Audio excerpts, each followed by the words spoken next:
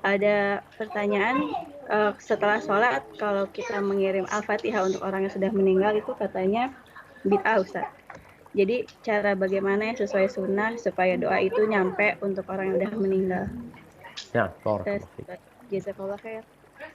Nah, adapun berkaitan dengan mengirim Al-Fatihah buat yang meninggal dunia, memang berkaitan dengan apakah mengirimkan bacaan Al-Quranul Karim, baik itu Al-Fatihah, baik itu surah Al-Baqarah, baik itu surah Al-Kahfi, baik itu surah Yasin, apakah akan sampai kepada yang meninggal dunia?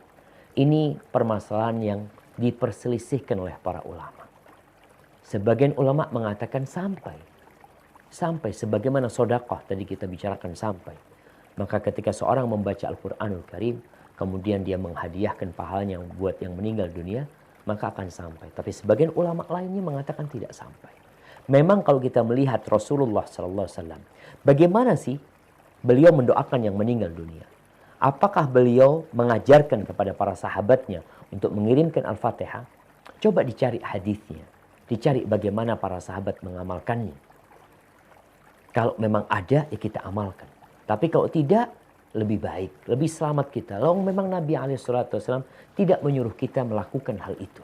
Tapi sekali lagi, sebagian ulama mengkiaskannya sebagaimana sodakoh itu bisa sampai, maka bacaan Quran pun bisa sampai. Tapi kalau kita menilai bagaimana Nabi SAW mendoakan yang meninggal dunia, ya beliau mendoakan aja. Allahumma gfir lahu. Seperti sholat jenazah. Kita lihat nih. Bagaimana ritual sholat jenazah. Takbir pertama kita baca Al-Fatihah. Dan Al-Fatihah itu kita tidak kirimkan kepada yang meninggal dunia. Itu kita baca Al-Fatihah. Kemudian takbir kedua kita sholawat buat Nabi SAW. Dan itu pun kita tidak kirimkan buat yang meninggal dunia. Kita membacanya untuk kita. Takbir yang ketiga di sini berisikan doa. Setelah Al-Fatihah, setelah sholawat kita mendoakan yang meninggal dunia. Bukan mengirimkan Al-Fatihah dan salawatnya.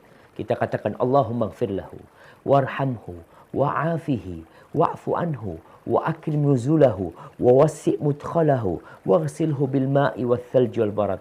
Allahumma ij'al qabrahu rawdatan min riyadil jannah. Allah jadikan kuburannya taman dari taman-taman surga. Wa la taj'al qabrahu hufratan min hufarin niran. Jangan jadikan kuburannya lobang dari lobang-lobang neraka. Jadi seperti itu. Setelah itu takbir yang keempat beliau mendoakan lagi.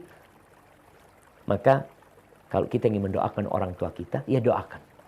Antum mau baca Al-Quranul Karim, mau bertawasul dengan bacaan Quran itu. Setelah antum mengaji, kemudian antum ya Allah, aku sudah baca Quran, ya Allah mohon kau ampuni dosa orang tuaku.